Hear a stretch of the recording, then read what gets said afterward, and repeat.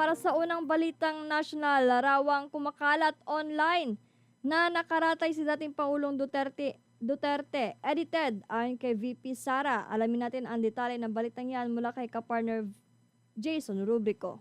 Viral sa social media ang isang larawan na nagpapakitang tila nasa hospital bed si dating Pangulong Rodrigo Duterte at suot umano ang hospital tag sa kanyang kamay. Pero ayon kay Vice President Sara Duterte, hindi totoo ang litratong yun. Aniya, edited ang larawan at hindi ang dating Pangulo ang nasa kuha. Hindi po totoo yung photo na yon. Praise to the Lord. Hindi totoo yung photo na yon.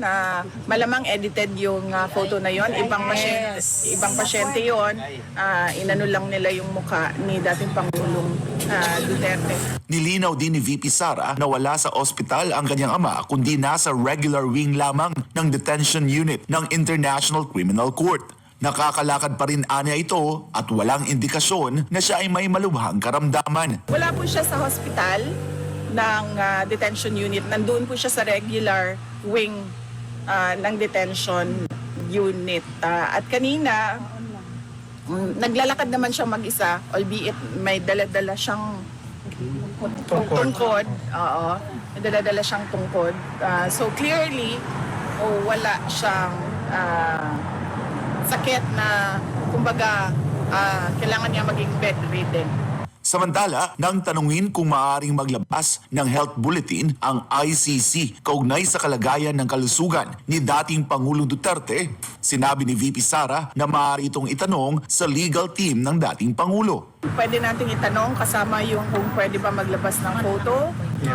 Pwede nating itanong sa lawyer kung pwede nilang i-request yon sa registry sa ICC. Bagamat aminado si VP Sara na pumayat ang dating Pangulo, kapansin-pansin pa rin umano ang magandang kondisyon ng mukha nito, lalo na para sa isang 80 taong gulang. Hindi ko pa siya nakita na ganito kapayat except sa photo niya nung siya ay binata pa.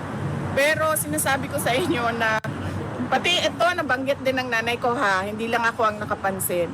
Hindi nagsag yung face niya. Hindi tulad sa ating lahat na bumabagsak na yung ating mga mukha. Para sa Diyos at sa Pilipinas kung mahal, ako si Jason Rubrico, SM9 News.